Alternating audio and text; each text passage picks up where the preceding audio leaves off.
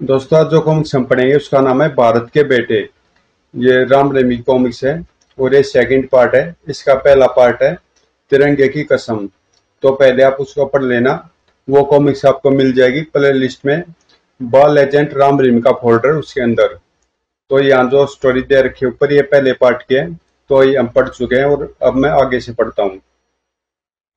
राम ने steamer start किया और स्टीमर समुद्र का सीना चीरता हुआ आगे बढ़ चला। लगभग 1 घंटे की समुद्री यात्रा के पश्चात राम भैया वह देखो, शादी सी पहाड़ के लिए बीमा ने कहा था। हाँ कहा तो था, लेकिन मुझे विश्वास नहीं हो पा रहा है कि इसके गर्भ में भी कोई अड्डा बना सकता है। कुछ देर बाद उनका स्टीमर उस पहाड़ की तलहटी से जा लगा और वे स्टीमर से कूदकर एक चौड़ी समतल चट्टान पर पहुंच गए। राम भैया यहाँ आसपास तो कोई हलचल नहीं दिखाई दे रही, हमें ऊपर चढ़ना होगा। हो सकता है ऊपर से ही उन्होंने भीतर घुसने का मार्ग बनाया हुआ हो। लेकिन एक मिनट ठहरो, पहले मैं स्टीमर को किसी चट्टान से बांध दूं।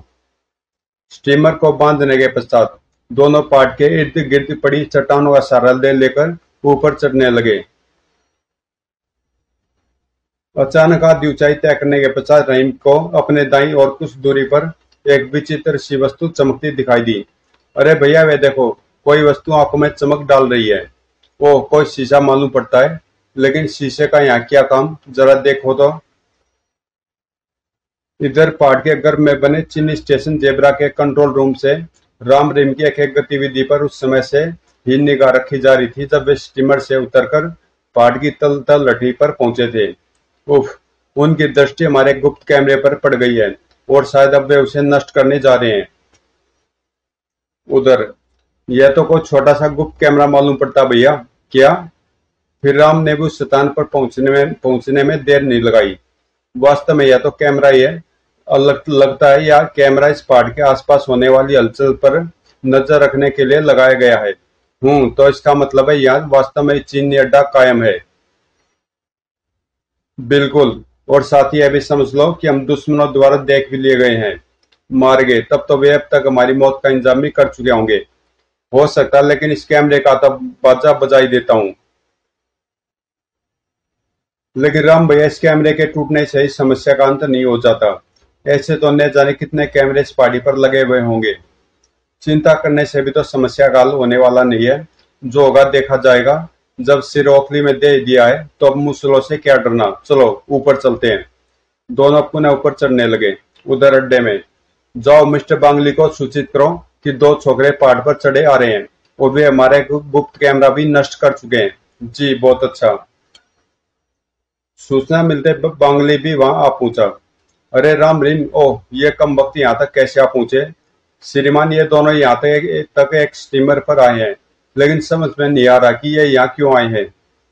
परंतु बांगली सोच रहा था, कहीं भीमा अथवा उसके साथियों से तो इन्हें हमारे अड्डे का पता नहीं चल गया। किंतु यह कैसे संभव हो सकता है? भीमा तो हमारा विश्वस्त और पुराना एजेंट है। आप क्या सोचने लगे सर? हमारे लिए क्या आदेश है? गार्ड्स को सचेत कर दो, जैसे ये ऊपर पहुंचे इन्हें पकड़ लिया जाए। मुझे विश्वास है चीफ इन्हें जिंदा पाकर अत्यंत प्रसन्न होंगे।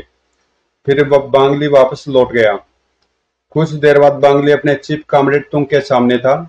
सारी रिपोर्ट देने के बाद अंत में वह बोला, मैंने उन दोनों को जिंदा पकड़ने का आदेश दे दिया चीफ। गुड, यह तुमने बहुत अच्छा किया बांगली।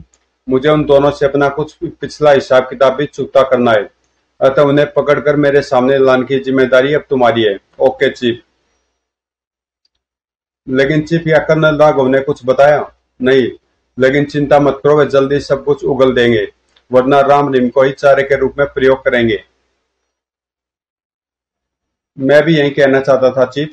राम रिम ने यहाँ आकर स्वयं ही हमारी मुश्किल आसान कर दी है, लेकिन साथ ही साथ मुझे इस बात का भी आश्चर्य है कि वे दोनों यहाँ तक आखिर कैसे पहुंच गए।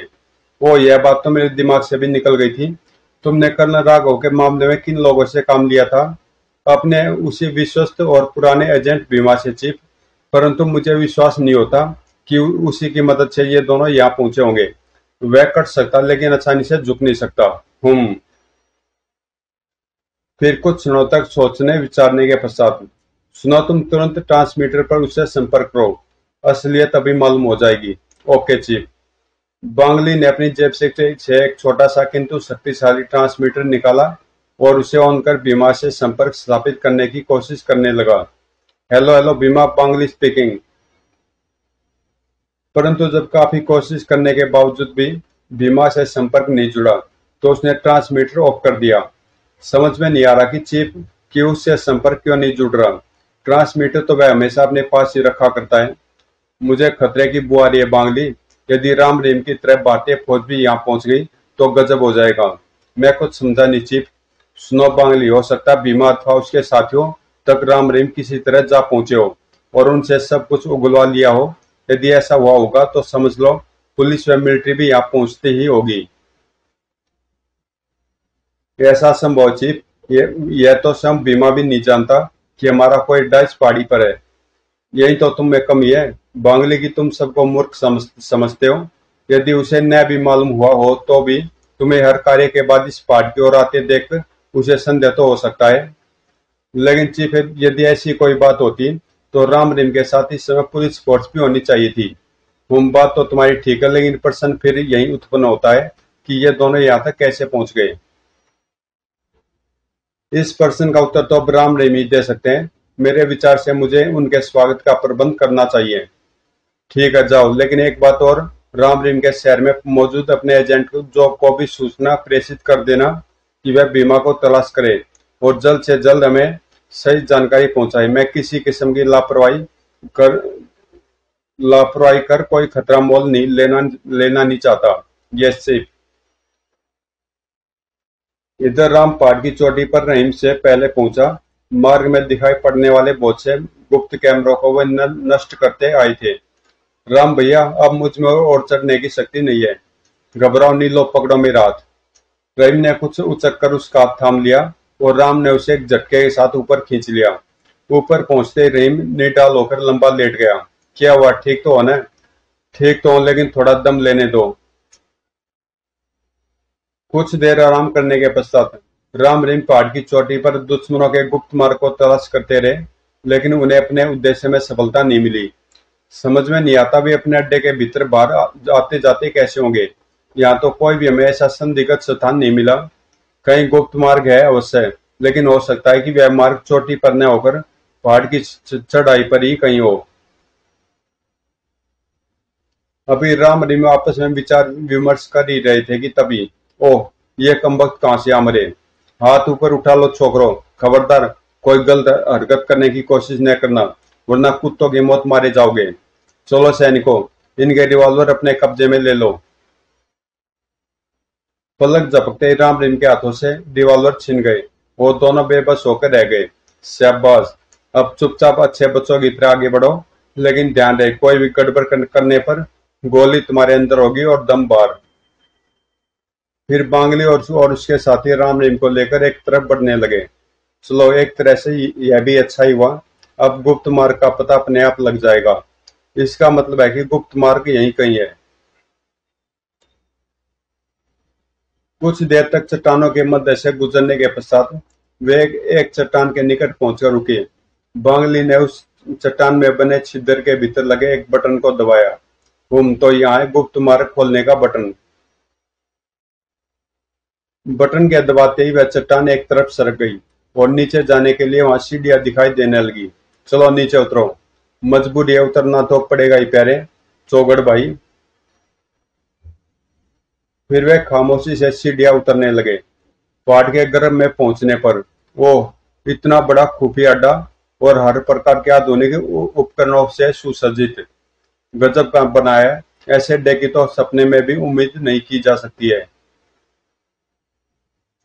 तभी बांग्ली सैनिकों को संबोधित कर बोल उठा, तुम इन्हें कोठरी नंबर 5 में पहुंचा दो। मैं कामरेड को खबर करता हूँ, लेकिन ध्यान रहे ये दोनों ही खतरनाक किस्म के लड़के हैं, अतः इनकी निगरानी में किसी प्रकार की लापरवाही नहीं होनी चाहिए। ठीक है श्रीमान, हम समझ गए। फिर सैनिक राम रहीम को लेकर कोठरी नंबर 5 की ओर चल पड़े और बांग्ली कामरेड तुमको खबर देने विपरीत दिशा में चल पड़ा। इधर स्टेशन जेबरा के ही एक हिस्से में सड़क सड़क ओह कर्नल, अब भी वक्त है। तुम अपनी देखरेख में दक्षिणी सीमा पर बने खुफिया सैनिक अड्डों के बारे में हमें बता दो। वरना मार मार कर तुम्हारे शरीर की एक एक बोटी उधेड़ ली जाएगी। नहीं, हरगिज नहीं। चाहे तुम मेरी चमड़ी उधेड़ कर खाल में भूसी क्यों न भर दो, मैं अपने देश से कदापि गद्दारी नहीं करूंगा। रस्सी जल गई लेकिन बल नहीं गया। कोचिंग, तुम इसे इतने कोड़े मारो कि इसकी खाल खून बनकर बहने लगे।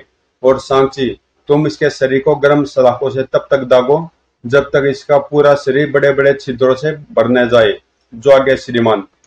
और दोनों जल्लाद अपने अपने कार्य में जुट गए। आई ओफ। तभी ठहरो। ओह कामरेड, खोल दो इन्हें। लेकिन कामरेड, मैं जानता हूं तुम क्या कहना चाहते हो, लेकिन जैसा मैं कह रहा हूं फिलहाल तुम वैसा ही करो। बेहतर है कामरेड।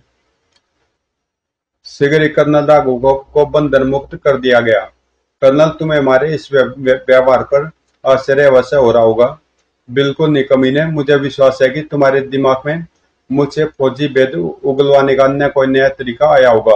आह, हा हा हा।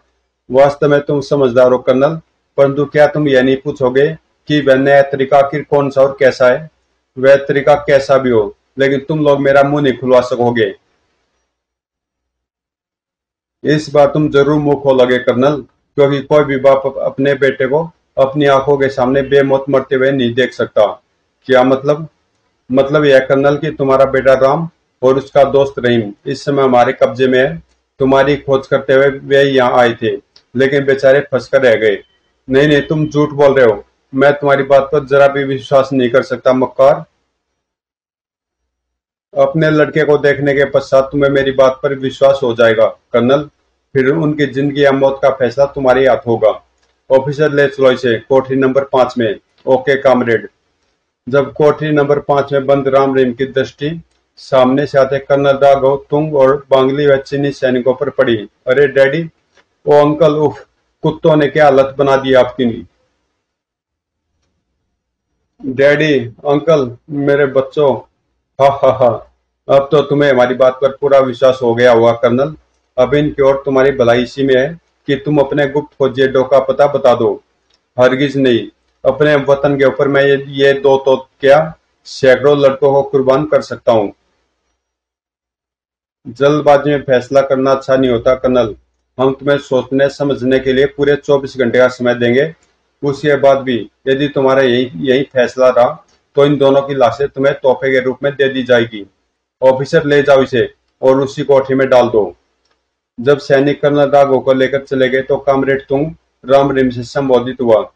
मेरे विचार से तुम दोनों कर्नल की तरह की जिद और मूर्खता नहीं करोगे।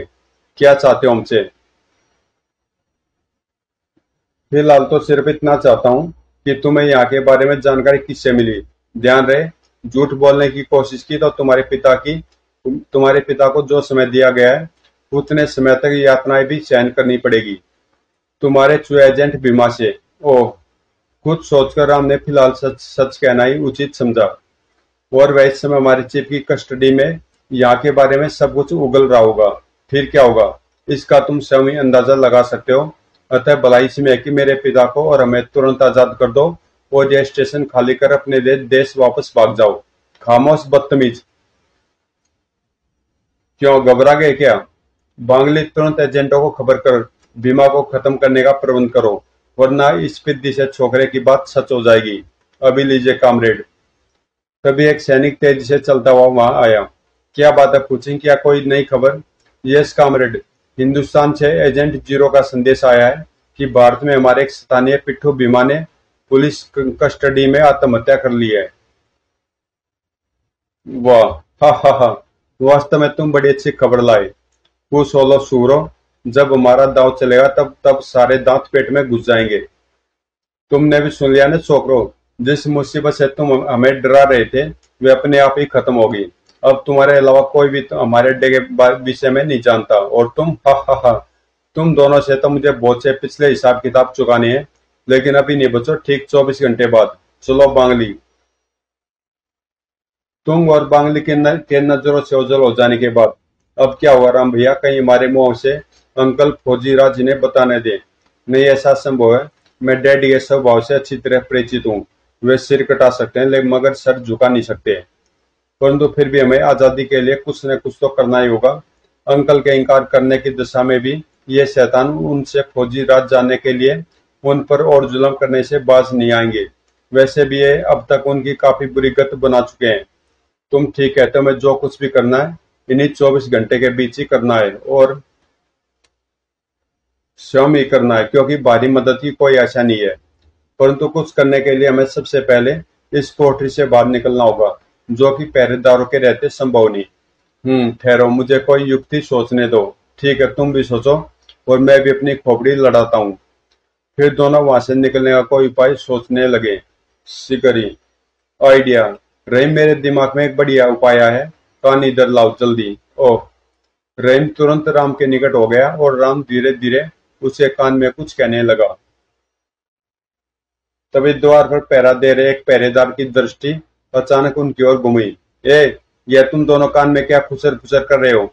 यदि भाग निकलने की कोई योजना बना रहे हो तो बेकार है। बिना कामरेड की इच्छा के यहाँ कोई भी एक क्षण से ज्यादा सांस नहीं ले सकता। मैं जानता हूँ भाई, लेकिन यह कमीना मुझे यहाँ से भागने के लिए उकसाकर मरवाना चाहता है, परंतु मैं इसके बहकाव में नहीं आ सकता। इसी के कारण आज मेरी जान पर आ बनी है। क्या कहा? मेरे कारण? कुत्ते, यह क्यों नहीं कहता कि तेरे कारण मेरी जान पर आ बनी है? रेम क्रोध से राम पर झपटा। गाली देता है? अब मैं तुझे जिंदा नहीं छोड़ूंगा। तड़ाक। उफ। राम की आंखें भी क्रोध से सुलग उठी। तेरी यह हिम्मत मुझ पर हाथ उठाए? ले चक मजा। कड़ाक। आई। फिर दोनों बकायदा किन्हीं भूखे भेड़ियों के समान एक दूसरे से गुथ गए, जबकि दोनों पहरेदार हैरान थे। उफ। कड़ाक। ओह। कड़ाक। पता नहीं अचानक क्या पागलपन सवार हो गया उनके ऊपर। यह दोनों तो एक दूसरे की बोटी बोटी नोचने पर आमादा है। जब काफी मना करने के बावजूद भी राम रहीम एक दूसरे से अलग नहीं हुए तो मैं कहता हूँ बंद करो ये सब, वरना मैं तुम दोनों को गोली मार दूंगा। नहीं दोस्त, भूल से भी ऐसा मत कर बैठना, वरना कामरेड में कच्चा चबा जाएगा। कर्नल से फौजी भेद उगलवाने के लिए इन दोनों का जिंदा रहना बहुत जरूरी है। ओह। फिर द्वार खोलकर एक को तुम संभालो, दूसरे को मैं संभालता हूँ। द्वार खोलकर वे दोनों राम रहीम की ओर बढ़े। हटो दोनों अलग, वरना अब हमारे हाथों पिटोगे। और तभी कड़ाक कड़ाक। ओह। बेटा, यह सब ड्रामा तो हम केवल तुम दोनों से निपटने के लिए कर रहे थे। कड़ाक फटाक। ओए मरा। आई। बस यह लात खाओ और बेहोश हो जाओ। अगले पल दोनों पहरेदार फर्श पर बेहोश पड़े थे। गनीमत है कि ये ज्यादा चीखे चिल्लाए नहीं, वरना सब गड़बड़ हो जाता। चलो अब यहाँ से निकल चले। हाँ चलो। फिर दोनों कोठरी से निकलकर उनकी गन उठाते हुए एक तरफ दौड़ पड़े। संयोगवश उस तरफ कोई आदमी नहीं था। दौड़ते दौड़ते अचानक राम ने रहीम को एक तरफ आड़ में खींचा। रुको रहीम। क्यों, क्या हुआ? वह देखो, बिजली का जनरेटर। शायद यही इनका पावर स्टेशन है और यहीं से पूरे अड्डे को बिजली सप्लाई की जाती है। समझ गया, तुम चाहते हो कि इसे नष्ट कर इनका इलेक्ट्रॉनिक सिस्टम फेल कर दिया जाए। बिल्कुल ठीक समझे। इससे जहां इनमें बौखलाहट फैलेगी, वहीं हमें अंधकार और इनकी बौखलाहट से फायदा पहुंचेगा। लेकिन वह पहरेदार, उसकी तुम चिंता मत करो भैया, मेरे पास बेआवाज शस्त्र भी है। देखो मैं कितनी आसानी से उसे लंबा करता हूँ। अरे गुलेल। गुलेल निकालकर रहीम ने उसमें कंचा फिट किया, फिर पहरेदार सैनिक पर निशाना साधने लगा। वाह गुलेल साथ लाकर तुमने वास्तव में अक्लमंदी का काम किया रहीम। अगले पल आह। पहरेदार के धरती पर लुढ़कते ही राम रहीम दौड़कर वहां पहुंच गए और गनों के खुंदे से मशीनों और जनरेटर को तोड़ने फोड़ने लगे। कड़ाक पटाक। अचानक ही जब बिजली गुल हुई, कहीं पावर स्टेशन में कोई गड़बड़ तो नहीं हुई? जाओ देखो, कोई खराबी आई हो तो जल्दी मैकेनिक से ठीक कराओ। Okay comrade. उधर राम रहीम पावर स्टेशन को पूरी तरह नष्ट करने के पश्चात अंधकार का लाभ उठाते हुए तेजी से एक तरफ बढ़े जा रहे थे। सहसा कट कट कट। सावधान रहीम, कुछ लोग इसी ओर आ रहे हैं। हाँ चलो उस कोठरी में दुबके। और दोनों लपक कर उस कोठरी के भीतर पहुंच गए। शीघ्र ही कुछ सैनिकों के साए उनके सामने से होकर आगे निकलते चले गए। मेरे विचार से वे पावर स्टेशन को ही चेक करने आ गए हैं। मेरा भी यही विचार है, लेकिन हमें समय नष्ट न कर डैडी को खोजना चाहिए। ठीक है चलो। इधर जब वे सैनिक अपने पावर स्टेशन के निकट पहुंचे, अरे जनरेटर आदि तो सब टूटे फूटे पड़े हैं। ओह, और यह देखो पहरेदार भी बेहोश पड़ा है। जिंदा, लेकिन कौन कर सकता है यह सब? कहीं यह काम उन दोनों कैदी छोकरों का तो नहीं? परंतु वे दोनों तो कोठरी नंबर 5 में बंद है और उन पर 2 व्यक्ति निगरानी भी रखे हुए हैं। फिर भी पहले हमें उन्हें चेक करना चाहिए, बाकी फिर सोचेंगे। ठीक है, चलो। सिगरी, गजब। पहरेदार नहीं है और कोठरी का द्वार खुला हुआ है। भीतर देखो, वह देखो। और वे सोए हुए मालूम पड़ते हैं। चादर हटाकर देखो। और जैसे एक ने आगे बढ़कर दोनों के ऊपर से चादर हटाई, अरे ये तो वही दोनों पहरेदार हैं जिन्हें उन हिंदुस्तानी छोकरों की पहरेदारी पर नियुक्त किया गया था। गुम अब साफ हो गया कि यह सब किया डरावनी शैतान छोकरों का है। वे किसी प्रकार इन्हें अपना शिकार बनाकर यहाँ से निकल भागे हैं। सुनो, तुम तुरंत जाकर कामरेड को सारी स्थिति से अवगत कराओ और तुम खतरे का सायरन बजा दो। ओके, बहुत अच्छा।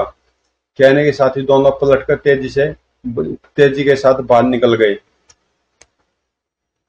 उनके जाने के बाद बाकी भी कोठरी से निकलकर एक तरफ दौड़ पड़े। ध्यान रहे, उन छोकरों को जिंदा ही पकड़ने की कोशिश करनी है, वरना कामरेड की सारी योजना गड़बड़ हो जाएगी। समझ गए?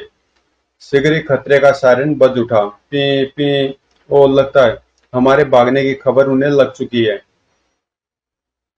उधर खतरे का सायरन बजते ही पूरे अड्डे में खलबली सी मच गई। कोई खतरा मालूम पड़ता है, अपने हथियार संभाल लो जल्दी। इधर, अब क्या करे भैया, पता नहीं अंकल कहाँ होंगे। कहीं हिम्मत खोने से काम नहीं चलेगा। रहीम, डैडी का पता लगाने के लिए हमें यहाँ के किसी आदमी को काबू में करना चाहिए। लेकिन अभी रहीम ने कुछ कहने के लिए मुंह खोला ही था कि एक तरफ से दौड़ते कदमों की आवाज सुनकर खामोश हो गया। खट खट खट। वे इधर ही आ रहे हैं। किसी एक को जिंदा पकड़ने की कोशिश करेंगे, लेकिन इस स्थिति अनुसार आओ आड़ में चलते हैं। ठीक है। उधर खतरे के सायरन के बजने के साथ साथ जब कामरेड तुमको राम रहीम की कोठरी से भाग निकलने की खबर लगी, राम जादव खड़े खड़े मेरा मुंह क्या देख रहे हो? जाओ और उन्हें हर कीमत पर जिंदा पकड़ने की कोशिश करो, वरना एक एक को जलती भट्टी में भुनवा दूंगा। जब सभी सैनिक कमरे से बाहर निकल गए, कम वक्त यहाँ भी अपनी शैतानी हरकतों से बाज नहीं आए। खैर, कोई बात नहीं, वे अपने बाप तक अवश्य पहुंचने की चेष्टा करेंगे। अब वहीं पहुंचकर मुझे उनके स्वागत की तैयारी करनी चाहिए। इधर राम रहीम के उस आड़ तक पहुंचने से पूर्व ही उस तरफ आते सैनिकों की दृष्टि उन पर पड़ गई। वे रहे, रुक जाओ वरना गोली मार देंगे। अब सोचने समझने का कोई मौका नहीं था। दोनों बिजली की सी फुर्ती के साथ पलटे और एक भी जिंदा न बचे। रहीम तर तर तर टेट टेट टेट, आई उफ। और जब दोनों ने फायरिंग बंद की, ये सब तो निपट गए, लेकिन फायरिंग की आवाज सुनकर अन्य सैनिक भी यहाँ पहुंचते ही होंगे। उस तरफ चलते हैं, जो होगा देखा जाएगा। राम रहीम का विचार ठीक ही था। फायरिंग की आवाज ने उन्हें तलाश करते कुछ सैनिकों को भी चौंका दिया था। वो फायरिंग की आवाज बारूद खाने की ओर से आई है। शायद वे छोकरे उसी तरफ हैं। चलो जल्दी।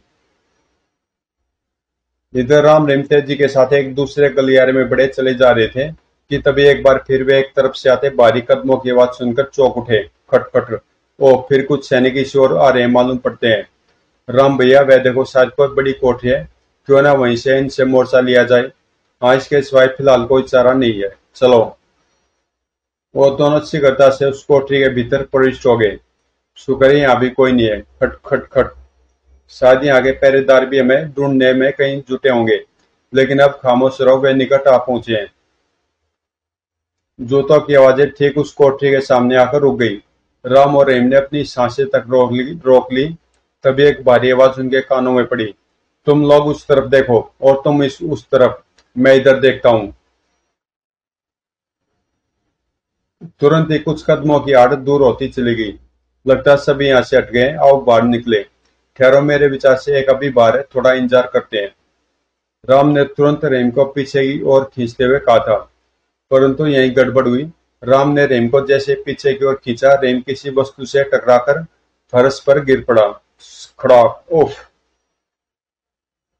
तुरंत बाहर से आवाज आई, तो कौन है, कौन है भीतर? ओह, हो गई गड़बड़। जल्दी उठो रहीम। लेकिन इससे पहले कि रहीम उठकर खड़ा हो पाता, बाहर खड़े सैनिक ने भीतर प्रवेश किया। ओ तो तुम दोनों यहाँ छिपे हो। परंतु इससे पहले कि वह सैनिक अपनी गन का इस्तेमाल कर पाता, राम ने बिजली की सी तेजी के साथ उसके ऊपर छलांग लगा दी। तड़ाक! उफ! वो मारा, शाबाश! सैनिक उछलकर वहां रखी लकड़ियों की पेटियों पर जा गिरा। फिर इससे पहले कि वह संभल पाता, खबरदार, अब हिलने की भी कोशिश मत करना, वरना वरना भारत के बेटे दुश्मनों पर जरा भी रहम नहीं खाएंगे। बेचारा सैनिक वैसे थूक सटकने लगा। घबराओ नहीं, अगर तुम हमारे दो प्रश्नों का उत्तर दो तो तुम्हारी जान बच सकती है। मैं तैयार हूँ, पूछो, क्या पूछना चाहते हो? कर्नल राघव को कहाँ रखा गया है और यहाँ का बारूद खाना कहाँ पर बनाया गया है? बारूद खाना यही है और कर्नल को यहाँ से 2 गलियारे छोड़कर 13 नंबर टॉर्चर वाली कोठरी में रखा गया है। गुड। प्रेम, जरा इन पेटियों को खोलो, शायद अपने मतलब का बारूद मिल जाए। अभी लो भैया। आनंद फानन में रहीम ने कई पेटियां खोल डाली। अंतिम 2 पेटियां खोलते हुए प्रसन्नता से उछल पड़ा। वो मारा, हैंड ग्रेनेड और टाइम बम। तब तो बन गया काम। 10-12 टाइम बम व कुछ हैंड ग्रेनेड निकाल लो। टाइम बमों से आधे घंटे का समय सेट कर दो ताकि। बस बस, तुम्हारी योजना मैं समझ गया भैया। गुड, तो शुरू हो जाओ। उधर कामरेड तुंग कर्नल राघव के सामने खड़ा गुर्रा रहा था।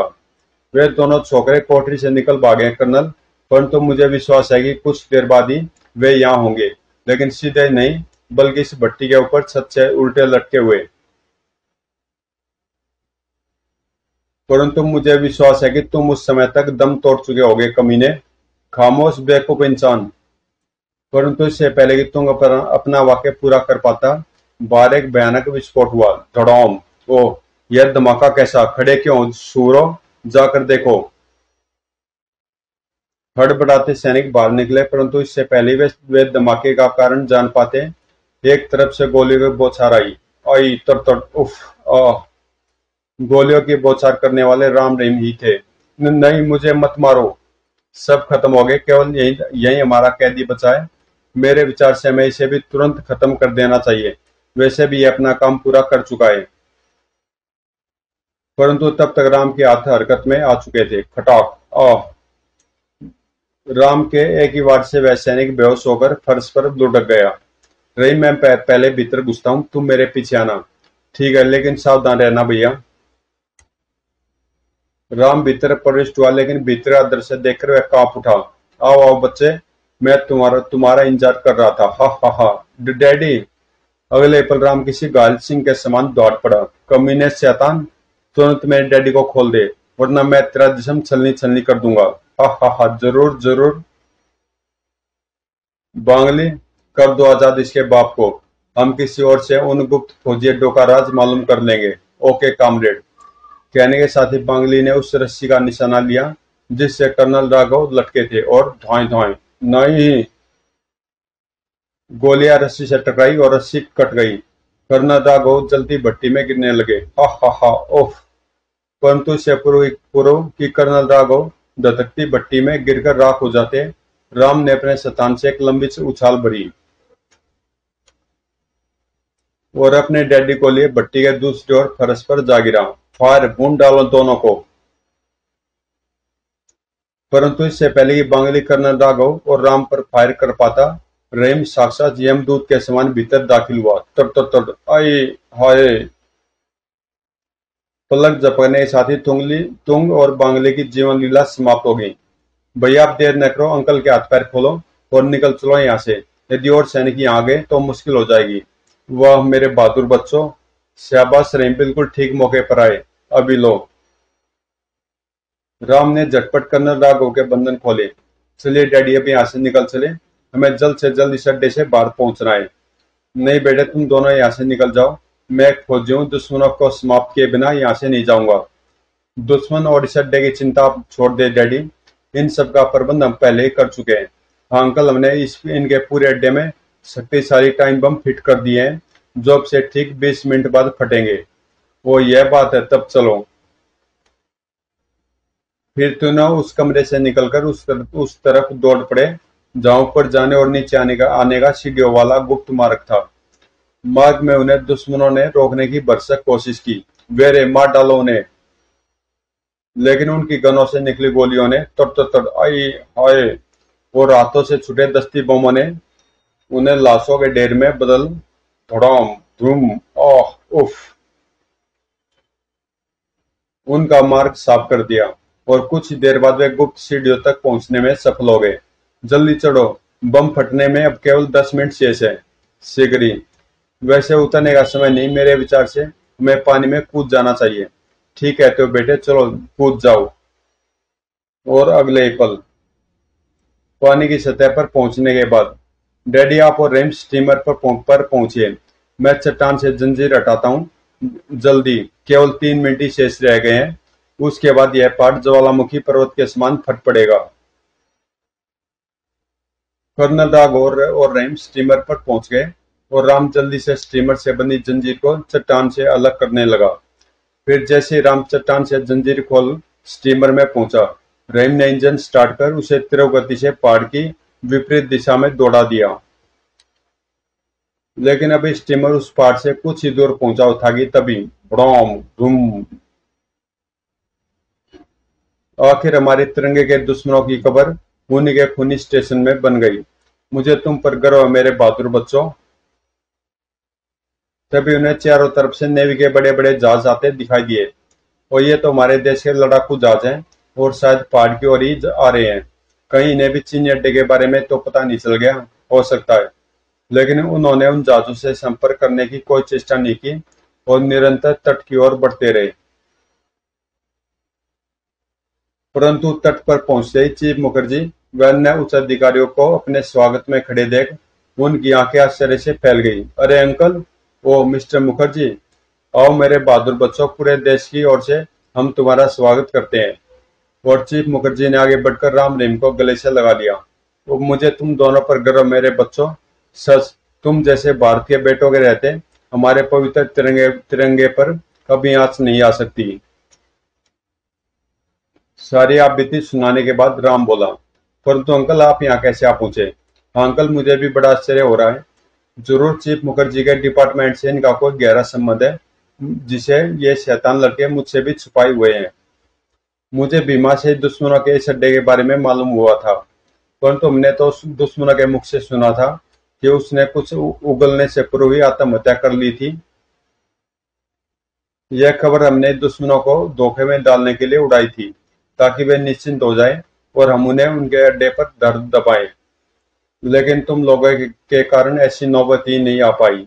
ओह वो अंकल, आप तो वास्तव में हमसे भी ज्यादा चालाक निकले, रहीम ने कहा, और सभी खिलखिलाकर हंस पड़े। और एक बार फिर अगले दिन के समाचार पत्र राम रहीम की प्रशंसा से भरे पड़े थे। आज की ताजा खबर, भारत के बेटों ने तिरंगे की लाज रख ली। भारत के बेटों ने दुश्मन के एक भयानक अड्डे को नेस्तनाबूद कर दिया। पढ़िए आज की ताजा खबर। तो दोस्तों ये कॉमिक्स यहीं पे समाप्त होती है, और मिलते हैं किसी अगली कॉमिक्स में।